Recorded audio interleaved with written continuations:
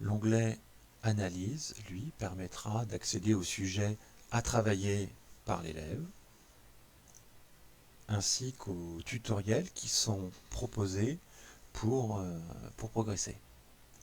Vous pouvez également, en passant par l'onglet Analyse, accéder aux tutoriels qui sont proposés.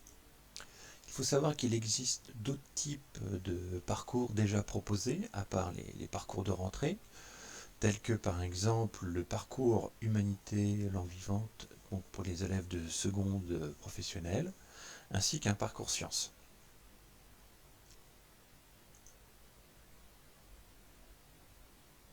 On pourra normalement également retrouver un parcours, je le cherchais ici, voilà, pour les troisièmes. Voilà, donc parcours de rentrée pour les troisièmes, ainsi que dans différentes matières, pour par exemple le cycle 4. Donc concrètement, avant les vacances de la Toussaint, on va faire en sorte que tous nos élèves passent le parcours de rentrée pour évaluer un petit peu leurs compétences. Après les vacances de la Toussaint, eh bien, on pourra, lors de nos cours, intégrer éventuellement la validation de certaines compétences en créant des campagnes. Cependant, il faut bien savoir qu'entre janvier et mars, nos élèves de terminale devront devoir passer la certification. Nos élèves de 3e prépa pro, eux, devront la passer entre mars et juin.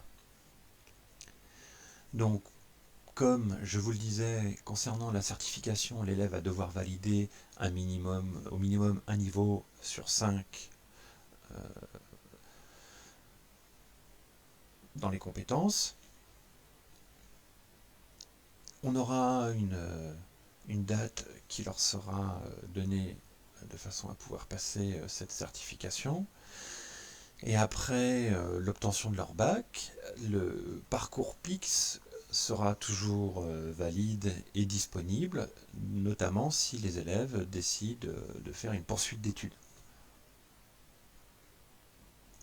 Donc même si seuls nos élèves de terminale et de 3e sont concernés par la certification, donc pour l'année scolaire 2020-2021, nos autres élèves doivent eux aussi pratiquer PIX, notamment pour les préparer aux certifications qui arriveront les années d'après.